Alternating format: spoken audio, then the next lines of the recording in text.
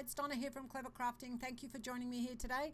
So today I'm going to go through the process of how to make this lovely little card that was actually inspired by a piece of artwork, and we'll be using our African Adventure Card Makers Kit.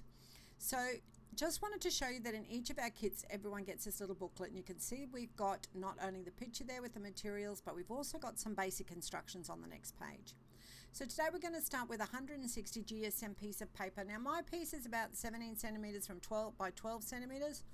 You don't have to have it that particular size. I just had those sizes here. So, but you do want to make sure that it is longer than the 14.8 centimeters that a piece of card is. So you can see that literally what I'm doing here is randomly drawing wavy lines. Now I do want at least seven segments. I like to work in odd numbers, but of course you could have 5 or you could have 9, up to you. And I am going to just number these so I don't lose track of where I'm up to. Once we've done that, we're just going to cut it. Grab a pair of scissors and cut them. You don't have to stay perfectly on the lines. You know, you can change it up a little bit as you're going along if that's what you feel like doing. This is actually going to be the back of our card, so you don't have to worry about the lines, and just make them as smooth as possible. So you can see I've chopped out in the video me cutting all of the pieces. So, but I've now got my 7 pieces that will all slot into one another there at the side. Okay, so let's start with our first one. So I'm going from the bottom up with my colouring, because my colouring, I've kind of done it loosely based on ground level up. So I'm starting with ground espresso. You could see that I did that there with my Distress Oxide, but any brown, whatever ink you've got will work.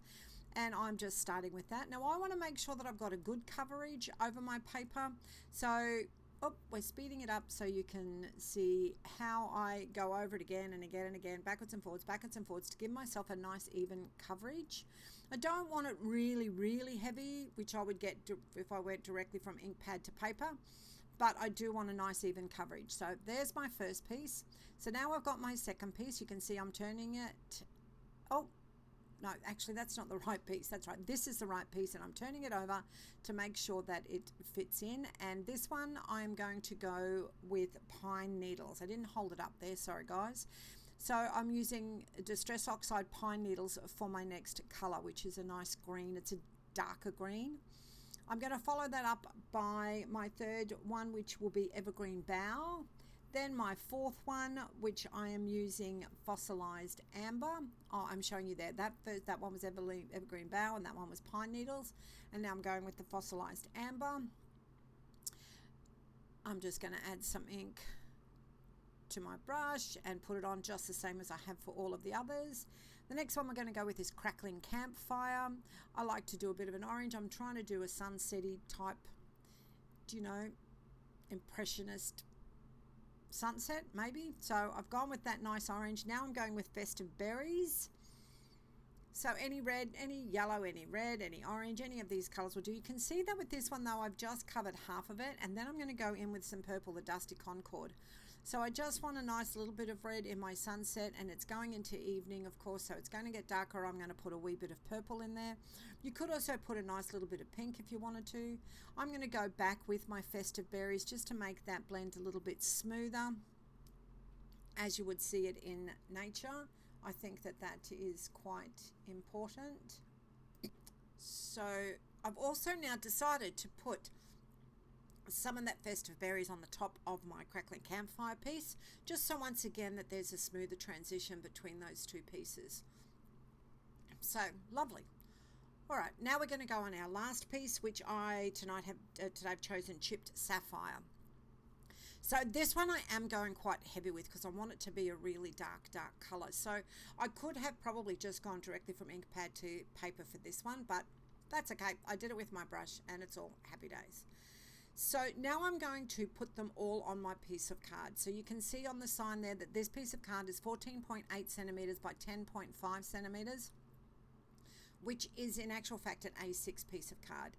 So it's easy for me if I turn that around, and I am just going to line up the top piece with the top of the card. Now you can see that it goes over the edges. I'm not concerned about that. We are going to trim it down. I am worried about glue getting all over my ruled mat, so my cutting mat, so I'm just going to use a silica mat. They're easier to clean. Now you can see that what I'm doing on this piece, this is the second piece, I am not putting the glue all the way to the top. I'm just doing it along the bottom, probably about halfway and just across the bottom. And then I'm going to position it so that piece goes over the top of the other piece just a little bit. So it's overlapping. This is why it's important that it's longer than the 14.8 centimeters, because remember the piece that I started with was 17 centimeters tall, and that's because I knew that I was going to be overlapping it. So that's actually quite important. I'm now going to do the same with all of the other pieces. So we'll go back to our, what is this one? Crackling campfire that I'm popping in place. And then we're going to go with the yellow, which is fossilized amber. Then I'm going to do my evergreen bough. Then we're going to follow that up with the pine needles. And then lastly, the ground espresso. And that ground espresso one I'm lining up to the bottom of my card, and look at that, it just changes the look. It's wonderful. Okay, so I haven't trimmed my card yet, but what I am doing is I am just, these stickers come in the kit. All of this stuff that you've seen so far comes in the kit, except the inks. They're not provided in the kits. But you can see that what I'm doing with my stickers, I'm just pulling a little bit up off the bottom so I can position my trees. I did fiddle around quite a bit. I didn't put that in because it took me a little while to decide what trees I wanted to use and where I was going to position them. So now I'm just sticking them all in place, just a tiny bit at the bottom, and once I'm happy with it, then I can just remove the release papers. You can see me there just removing the release papers, and I can press them down on my background that I made. So you would also notice that for most of the trees I've popped them underneath. That's why I don't stick them there, because I wanted to be able to stick them underneath our hills and valleys. I'm just going to trim this off the edges, so this is the excess. But I just want to talk about on the other side, you can see that I've put the smaller trees at the back. So that gives me distance. The bigger trees at the front, the smaller trees at the back, allows for dimension and gives me distance, a look of distance on the card. So now I'm just going to trim that down to be 10 centimeters by 14.3 centimeters. So when I put it on my card base, it'll have a little black border, but we will see that in a minute. So I've just grabbed some acrylic paint there. It was on my desk, so that seemed the best one to use. You could use gesso, or you could use a Posca pen that I've got there at the side. And I've used my water brush, added some water to the acrylic paint, and I'm just flicking it on the top. This is to give me just light stars. I don't want a lot of really bright ones, because they're kind of fading in. You know, when night comes along and you start to see the stars just starting to twinkle, that's the look that I was going for. I did get some twinkling stars on the trees, so wiped them off before it dried. Now I do want some brighter ones, so this is a permanent white marker that actually does come in the kit, this particular marker that I'm using here, and I'm just adding a couple of extra stars. Now I'm going to go in with some Distress Oxide Black Soot. I have cleaned my brush, by the way, and I've just added some water. You can see that there, and I'm going to flick down the bottom just to add a little bit more depth and interest in the base in the bottom section of our card. So for a card base, I've chosen to use an A6 top fold card. You can see the measurements there, 29.7 by 10.5, and I have just folded it in half to give me that top fold card. Just going to pop some of our Smart Art glue on the back of our card front that we have made, and you can see, as I mentioned before, we've got that lovely black border all around the edge of the card. All right, that's looking pretty good, I think. Okay, so I'm going to make this a sympathy card. I probably should have done this before I attached it to the card. I think that would have been a little bit easier, but sometimes you just got to do things in a different order, don't you? So I'm just using some Versamark, and I'm going to put some white embossing powder on this and heat emboss it so it shows up.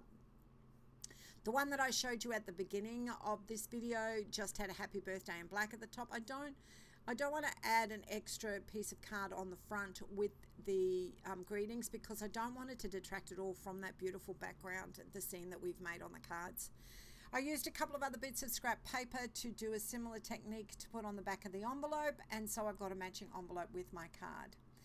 So once again, I'd like to thank you for joining me here today. If you'd like to see some other interpretations of this card, please look in the description below for the link for our Facebook group, because you'll see that several other people who have made it in class will have posted up their images, and you'll see some different ideas, which is great. So I hope you have enjoyed this video, and more importantly that you've learned something. And until next time, stay safe and happy crafting.